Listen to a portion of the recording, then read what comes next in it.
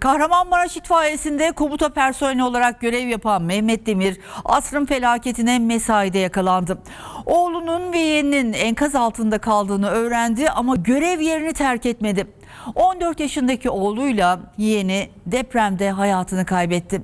Mehmet Demir'in yönlendirmesiyle Kahramanmaraş İtfaiyesi 1050 kişiyi enkazdan sağ çıkardı.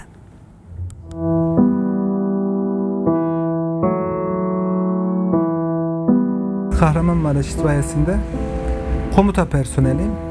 İhbarları alır, en yakın şubeye yönlendiririm. 6 Şubat günü 112 komuta merkezinde nöbetteydim. Çalışıyordum o gün. Depreme 112'de yakalandık biz. Tüm şehirde elektrikler gitmişti zaten. Bulunduğumuz binanın yakın çevresinde insanların işte çığlık seslerini duyduk bu esnada. Kahramanmaraş İtfaiyesi'nde görevli Mehmet Demir, asrın felaketini 112 komuta merkezinde yaşadı. Büyüdüğü, yaşadığı, yollarından sayısız kez geçtiği şehir yıkıldı. Yüzlerce ihbar aldı o gece. En acı ihbarsa eşinden geldi. Ben eşim aradı. İşte biz iyiyiz, bize bir şey yok. Yalnız yurda geldik. Yurdun benim oğlum Muhammed Necat ve yeğenim var, Tayfur Kayra abimin oğlu. İkisinin bir okuduğu Kur'an kursu var. Kursa geldiklerini, kursun çöktüğünü söylediler.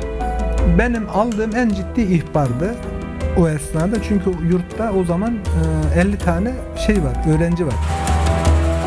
Evladının ve yeğeninin enkaz altında kaldığını öğrenen Demir, görev yerini terk etmedi. Oğlunun bulunduğu enkaza da öncelik tanımadı. Depremin ardından dışarı çıkan ekipleri yönlendirdi.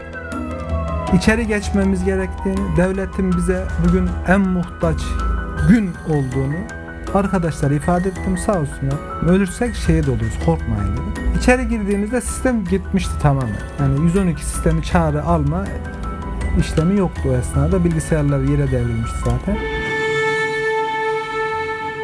Demir, evladının yardım beklediğini öğrense de görev yerinde kaldı.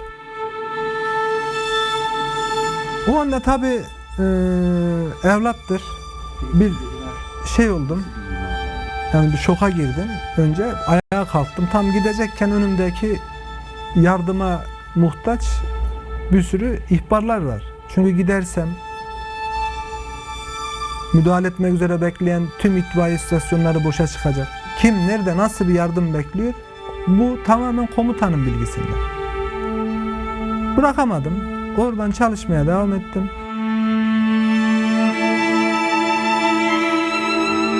Mehmet Demir'in enkaz altında kalan 14 yaşındaki oğlu Muhammed Demir hayatını kaybetti. Diğer 3 çocuğunu da güvenli bir bölgeye götüremedi. Ama tanımadığı yüzlerce canın kurtarılmasını sağladı. Yaklaşık benim yönlendirmemle 1050 kişinin itfaiye tarafından o süreçte, o zaman zarf içerisinde kurtarıldığını son istatistiklerde öğrendim. Bu sınavdır, yaşadık. İnşallah layığıyla geçmişizdir. Yani bu devletten yıllardır para alıp çorumu çocuğumu, ailemi geçindiriyorum. Bana devletin en muhtaç olduğu günde elhamdülillah yerimi bırakmadım, görevime devam ettim. Evladım şehit oldu, yeğenim abimin oğlu aynı keza şehit oldular.